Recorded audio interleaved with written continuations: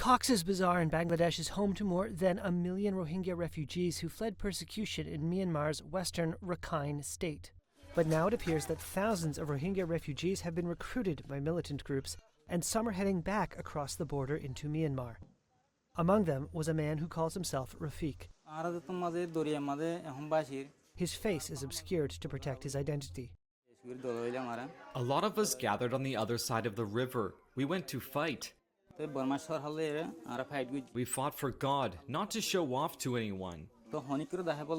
We were leading a peaceful life here, living on refugee rations.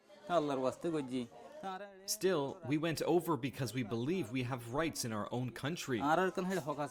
We have a right to live in Rakhine. The Rohingya are a mainly Muslim group that is the world's largest stateless population. They began fleeing Myanmar in 2016 to escape what the United Nations calls a genocide at the hands of Buddhist-majority Myanmar's military. Following a military coup in 2021, a long-running rebellion involving a complex array of armed groups has gained ground.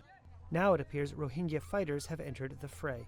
What is unusual is that many have joined groups that are not fighting against Myanmar's military. Instead, they are loosely allied with their former military persecutors. That's because the Rohingya groups are fighting against the Arakan Army ethnic militia, which is backed by the majority Buddhist ethnic Rakhine community. Reuters reported this year that the Arakan Army was responsible for burning down one of the largest remaining Rohingya settlements in Myanmar. Reuters also reported that one of the largest Rohingya militant groups, the Rohingya Solidarity Organization, had reached a, quote, battlefield understanding to fight alongside the Myanmar military. It's what could be described as a case of my enemy's enemy is my friend. Abu Afna is one former fighter.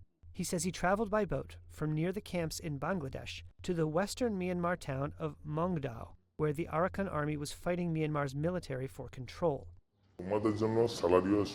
There, he says, he was housed and armed by junta troops. His voice has been distorted to protect his identity.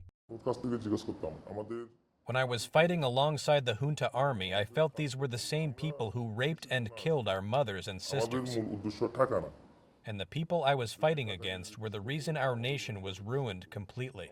Our main enemy was not the Myanmar government, but the Rakhine community. Afna says one of the incentives for joining up was that the junta was offering citizenship. But, he says, his commander kept promising citizenship cards, but they never came. Bangladesh's government did not respond to questions, while the junta denied in a statement that it had conscripted any Muslims. It said Muslim residents had requested protection and that it had provided basic military training to help them defend their villages and regions.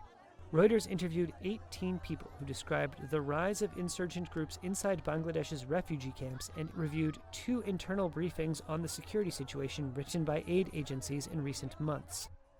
The news agency is reporting for the first time the scale of recruitment by Rohingya armed groups in the camps, which totals between 3,000 and 5,000 fighters. One security source said the emergence of trained Rohingya fighters and weapons in and around the camps is something Bangladesh regards as a ticking time bomb. Some 30,000 children are born each year into deep poverty in the camps, where violence is rife.